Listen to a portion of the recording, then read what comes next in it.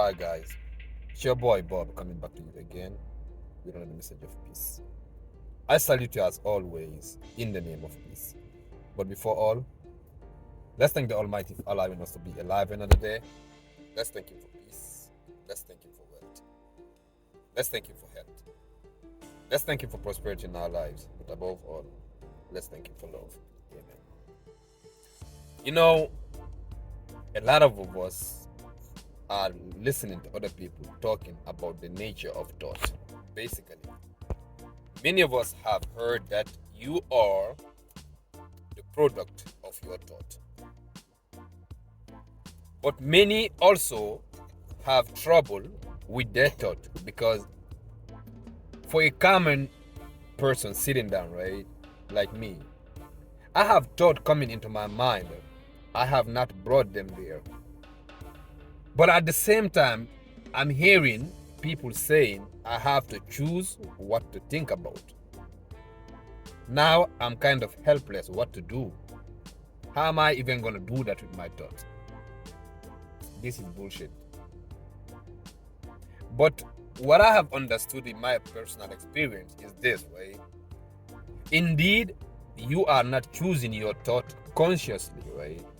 But if it's consciously that you are choosing your thought, you will choose who you are going to surround yourself with. You are choosing what to listen. You are choosing what to watch, things that you watch and things that you read. You are changing everything basically around yourself because everything, your eyes, your ears, are senses. They are just capturing things. You don't even know they are doing it. Now you sit down by yourself. The same thing that was spoken when you were there and the things that you read and things that you watch, now all of those filters are ruminating inside of your brain. Now you start seeing these thoughts. For instance, if you watch a porn movie, right?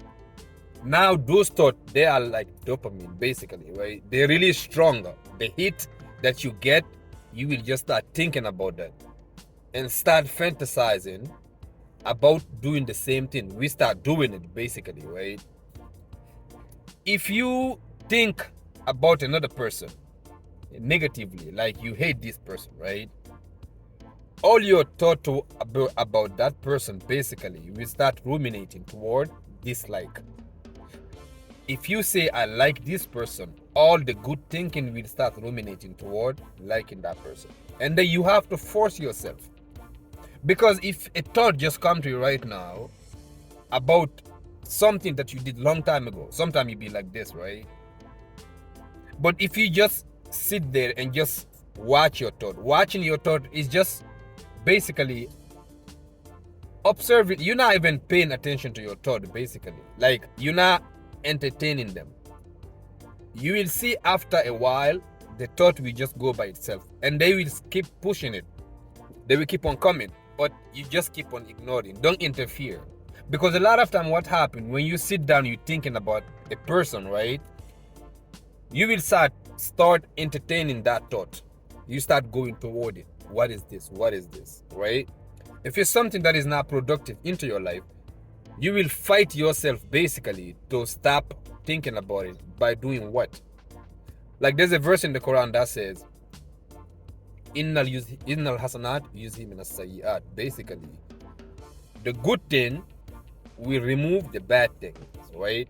So instead of focusing on that thing, you focus on something else. Let's say you want to study, you want to take a course, you want to make money, you start thinking about that now. Like you start thinking toward how to make this money, what I want to do, this and that. You push yourself toward it. It's like going to the gym and you want to build a muscle, right?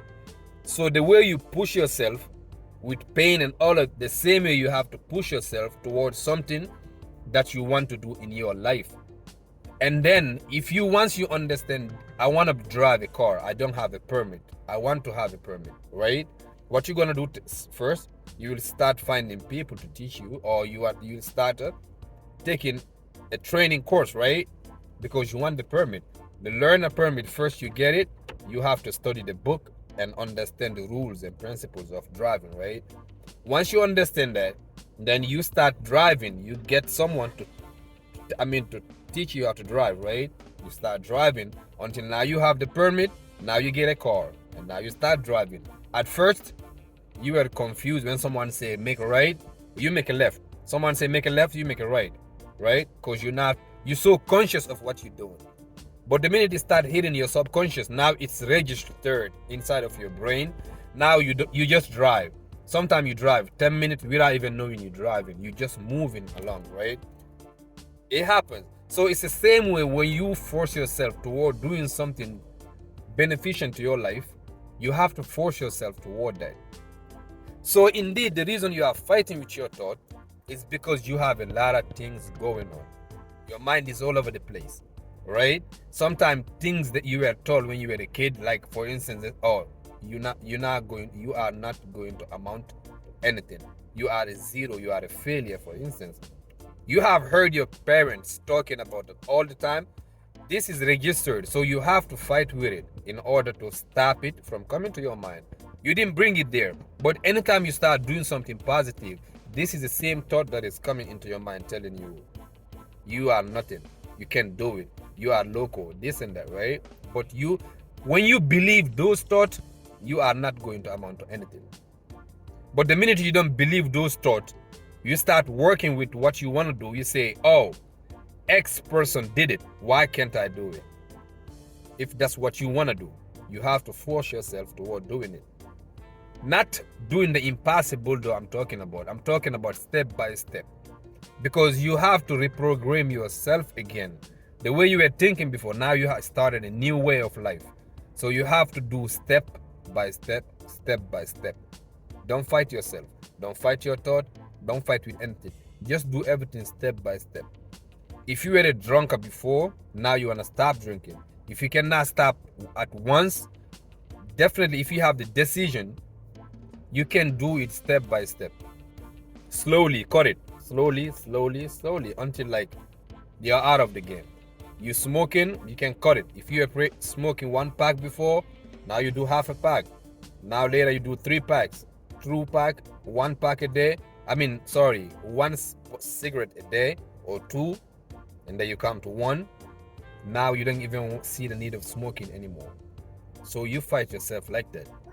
And then in that sense, you're gonna even have more confidence because now you have done something. Your will is gonna be stronger. Don't listen to people telling you have confidence. You cannot just have confidence like this. It's not something that you have to think of or believe. It's something you have to work on. Anytime you tell yourself you're not gonna do something and then you end up not doing it, you have built a strong confidence. You see a beautiful woman who wants to sleep with you, a man, and then you decide I'm not gonna do it, you will feel really happy about yourself because you did not do it, right? So in that sense, that's how we build strong confidence.